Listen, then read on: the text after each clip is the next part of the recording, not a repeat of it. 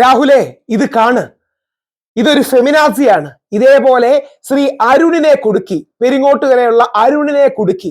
ഇന്ന് ഈ ഫെമിനാസിയും കൂടെയുള്ള 5 പേരും അറസ്റ്റ് ചെയ്ത് ജയിലിൽ പോയി. വളരെ സന്തോഷകരമായ വാർത്ത. നാളെ ഒരാണിനെതിരെ കള്ളപ്പരാതി കൊടുത്ത് അവന്റെ ജീവിതവും കുടുംബവും തകർക്കാൻ ശ്രമിക്കുന്ന ഈ ഫെമിനാസികൾ വ്യാജ പരാതി കൊടുക്കുമ്പോൾ വിറയ്ക്കണം, അല്ലെങ്കിൽ അവർക്ക് പേടി തോന്നണം. ഇല്ലെങ്കിൽ നമുക്കെതിരെ പരാതി വന്നുകൊണ്ടേയിരിക്കും. നമ്മുടെ അച്ഛൻ മകൻ ജയിലിൽ നിന്നൊരു വ്യാജ പരാതി അകലത്തിൽ മാത്രമാണ് ഈ മനുഷ്യൻ 45 ദിവസം ജയിലിൽ കിടന്നു കള്ളപ്പരാതിക്ക്.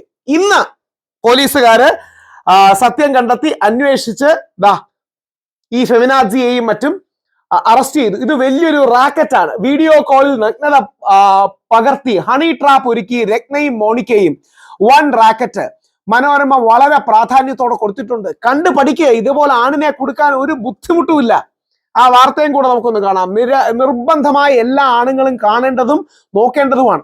പണ്ടൊക്കെ നമ്മുടെ വീട്ടിലെ അമ്മമാരും മുതിർന്ന സ്ത്രീകളും പെൺകുട്ടിയൊക്കെ പറഞ്ഞു കൊടുക്കുമായിരുന്നു, പെൺമക്കളെ നിങ്ങൾ സൂക്ഷിച്ചോണേ, ഇല വന്ന് മുള്ളി വീണാലും മുള്ള വന്ന് ഇലയിൽ വീണാലും അത് ഇലയ്ക്ക് തന്നെ ആ പ്രശ്നമുണ്ട്. ഇന്ന് ആണിനോട് പെണ്ണ് ചാറ്റ് ചെയ്താലും പെണ്ണിനോട് ആണ് ചാറ്റ് ചെയ്താലും അവസാനം ചീറ്റിങ്ങിന് നമ്മൾ മാത്രമേ അകത്തു പോകൂ. അതുകൊണ്ട് ദൈവത്തെ ഓർത്ത് നമ്മുടെ ആണുങ്ങൾ ഇത്തരം അബദ്ധങ്ങളിൽ ചെന്ന് പെടരുത്. ഈ വാർത്തയൊന്ന് സീരിയസ് ആയിട്ട് കേൾക്കണം. തൃശൂർ പെരിങ്ങോട്ടുകര ദേവസ്ഥാനത്ത് പൂജയ്ക്കെത്തിയ ബംഗളൂരു സ്വദേശിനിയെ പീഡിപ്പിച്ചെന്ന കേസിലാണ് വൺ ട്വിസ്റ്റ്. പരാതിക്കാരിയെയും സഹായികളെയും ബംഗളൂരു ബാനസവാടി പോലീസ് അറസ്റ്റ് ചെയ്തു. ജൂൺ 16 ദേവസ്ഥാനം ഉടമ ഉണ്ണി ദാമോദരന്റെ മരുമകൻ അരുണിനെ ബംഗളൂരു പോലീസ് പീഡനക്കേസിൽ അറസ്റ്റ് ചെയ്തിരുന്നു. പൂജകൾക്കായെത്തിയ ബംഗളൂരു സ്വദേശിനിയെ സൗഹൃദം നടിച്ച് വീഡിയോ കോളിൽ നഗ്നത പകർത്തുകയും പിന്നീട് ഇത് കാണിച്ച് ഭീഷണിപ്പെടുത്തി പീഡിപ്പിച്ചെന്നുമായിരുന്നു കേസ്. അരുണിനെ ആസൂത്രിതമായി കുടുക്കിയതാണെന്ന് കുടുംബം കർണാടക ആഭ്യന്തരമന്ത്രിക്ക് പരാതി നൽകി. തുടർന്നുള്ള അന്വേഷണത്തിലാണ് ബംഗളൂരുവിൽ മസാജ് പാർലർ ജീവനക്കാരിയായ രത്ന, സഹായി മോണിക്ക, പാലക്കാട് സ്വദേശി ശരത് മേനോൻ, ഇയാളുടെ സഹായികളായ സജിത്, ആലം എന്നിവർ പിടിയിലായത്. ശരത് മേനോനും കൂട്ടാളികളും രത്നയെ ഉപയോഗിച്ച് അരുണിനെ ഹണി ട്രാപ്പിൽ കുടുക്കിയതാണെന്നാണ് കണ്ടെത്തൽ. കേസിൽ മലയാളികളായ ചിലർ കൂടി പിടിയിലാകാനുണ്ട്. ദേവസ്ഥാനത്തിന്റെ ഉടമസ്ഥതയെ ചൊല്ലി ദീർഘനാളായി കേസുകൾ നിലനിൽക്കുന്നുണ്ട്. ഇതിന്റെ തുടർച്ചയായിട്ടാണ് ഹണി ട്രാപ്പ് ഒരുക്കിയതെന്നാണ് സൂചന. നേരത്തെ അറസ്റ്റിലായ അരുണിനെ 45 ദിവസത്തിന് ശേഷമാണ് ജാമ്യം കിട്ടിയത്. മനോരമ ന്യൂസ്, ബംഗളൂരു. 45 ദിവസം ആ മനുഷ്യൻ ജയിലിൽ കിടന്നു. ഒന്ന് ആലോചിച്ച് നോക്കൂ. അയാൾ എന്ത് തെറ്റാ ചെയ്തത്? എന്താ നമ്മൾ ആണുങ്ങൾ സൂക്ഷിക്കട്ടെ എന്ന് പറഞ്ഞാൽ നമ്മളോട് ഇങ്ങനെ ചാറ്റ് ചെയ്യും, വാട്സപ്പ് കോളും മറ്റുമായിട്ട് ചാറ്റ് ചെയ്യും. എന്നിട്ട് കുറച്ച് പ്രകോപനപരമായ എക്സ്പോസിങ് ഡ്രസ്സൊക്കെ ഇടും. എന്തെങ്കിലും നമ്മളോട് ഫ്ലേർട്ടേഷ്യസ് ആയിട്ട് പറയും. അപ്പൊ ആണും ഫ്ലേർട്ടേഷ്യസ് ആയിട്ട് പറയും. അവര് വസ്ത്രം അഴിക്കുകയോ മറ്റോ സാധനങ്ങൾ ചെയ്യും. ആണിനെ കൊണ്ടും ഇതുപോലെ ചെയ്യിപ്പിക്കും. സൈഡിൽ നിന്ന് വേറൊരു ക്യാമറയിൽ ഇത് മുഴുവൻ റെക്കോർഡ് ചെയ്യുന്നുണ്ടായിരിക്കും.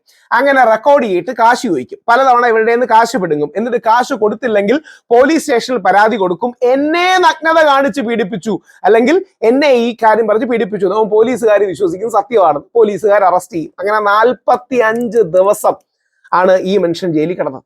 അയാളുടെ ജീവിതം, അയാളുടെ വീട്ടുകാര്, അയാളുടെ മക്കള് എനിക്ക് വ്യക്തിപരമായിട്ട് അറിയാവുന്ന ആളാണ്. ഞാൻ പെരിങ്ങോട്ടുകര പോയപ്പോൾ ഇദ്ദേഹത്തെയും ശ്രീ ഉണ്ണി ദാമോദരൻ ജിയും ഒക്കെ കണ്ടിരുന്നു.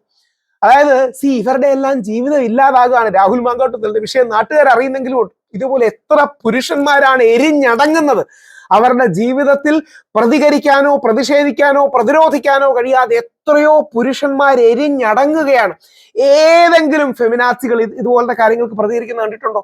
ഇന്ന് വളരെ സന്തോഷം തോന്നി. രാഹുൽ മാങ്കൂട്ടത്തിലിനെ അനുകൂലിച്ച് നമ്മുടെ സീമാജി നായർ രാഹുൽ മാങ്കൂട്ടത്തിലിനെ അനുകൂലിച്ച് വളരെ ശക്തമായൊരു പോസ്റ്റും മറ്റും ഇടുകയും മറ്റും ചെയ്തതിന്. എന്നിട്ട് ആൾക്കാർ ചോദിക്കുന്ന ദ്വയാർത്ഥ പ്രയോഗമുള്ള ചോദ്യം എന്തൊക്കെയാണ്? രാഹുലിനെ സ്വന്തം വീട്ടിൽ താമസിപ്പിക്കാൻ ധൈര്യം ഉണ്ടോ എന്നൊക്കെ ചോദിക്കും. കേട്ടാവുന്നു രാഹുൽ എന്തോ വലിയ പെർവേർട്ടാണ്. ഇയാൾ എന്ത് ചെയ്തു എന്നാ പറയണേ? ആ പ്രായത്തിലെ കല്യാണം കഴിക്കാത്തൊരു പയ്യൻ പഞ്ചാര അടിച്ചതായി ഒരാളോട് സംസാരിച്ചു, അല്ലെങ്കിൽ 2 പേരോട് സംസാരിച്ചു. ഇവന് ഒരു പെൺകുട്ടിയും തമ്മിൽ ബന്ധം ഉണ്ടായിരുന്നു. ആ പെൺകുട്ടിക്ക് ഒരു ഉത്തരവാദിത്വം ഒന്നുമില്ലേ? അപ്പൊ എന്തായാലും സീമാജി നായർക്ക് വലിയൊരു അഭിനന്ദനം അറിയിക്കുന്നു. മാഡത്തെ പോലുള്ള ധൈര്യമുള്ളവർ നമ്മുടെ നാട്ടിൽ വേണം. കാര്യം ആണിനെ അങ്ങനെ പിടിച്ചു കഴിഞ്ഞാൽ പിന്നെ എല്ലാവരും കൂടെ അവനെ ചവിട്ടി തെളിച്ച് ഇല്ലാതാക്കുകയാണ്, അവനെ കുറ്റക്കാരനാക്കുകയാണ്. അതിന് കോടതിയോ അന്വേഷണമോ തെളിവോ കോടതിയോ വിധിയോ ഒന്നും വേണ്ട, അല്ലാതെ തന്നെ ആക്കുകയാണ്. അപ്പോൾ ശക്തമായി പ്രതികരിക്കുന്ന ഇതുപോലത്തെ സ്ത്രീകൾ വരണം. ശ്രീ അരുൺ രക്ഷപ്പെട്ടത് അദ്ദേഹത്തിന്റെ ഭാര്യ അടക്കം പ്രസ് മീറ്റ് വിളിച്ച് പോരാടി. അദ്ദേഹത്തിന്റെ കുടുംബം ഒരുമിച്ച് നിന്ന് പോരാടി.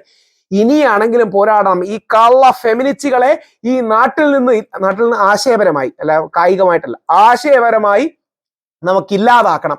അതിന് നിങ്ങൾ ഫൈറ്റ് ചെയ്യണം. ഈ ഫൈറ്റ് നിങ്ങൾക്ക് വേണ്ടിയാണ്, നമ്മുടെ അച്ഛന് വേണ്ടിയാണ്, നമ്മുടെ മകന് വേണ്ടിയാണ്. ഈ നാട്ടിൽ ജീവിക്കുന്ന ഇനിയും ജനിക്കാൻ പോകുന്ന ഓരോ ആണിനും വേണ്ടിയാണ്.